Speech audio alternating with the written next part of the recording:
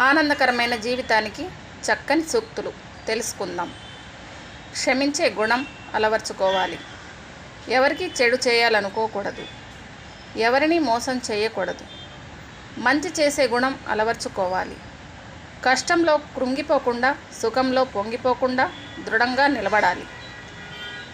సానుకూల దృక్పథాన్ని అలవర్చుకోవాలి.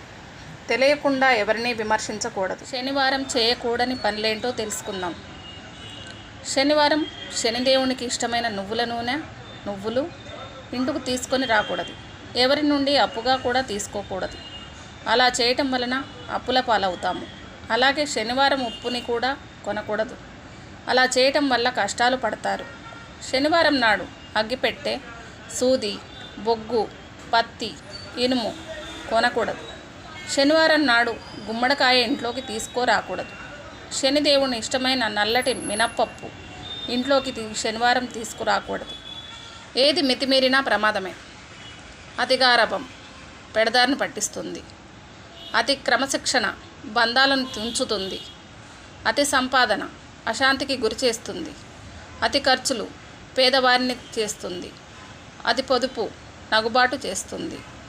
అతి కోపము శత్రువులను ఏర్పరుస్తుంది. అతి హాస్యము నవ్వుల పాలు చేస్తుంది. అతి ప్రేమ బాధలకు గురి చేస్తుంది. కనుక జీవితంలో ఏదైనా సరే తగు మోతాదులో ఉంటేనే చాలా మంచిది.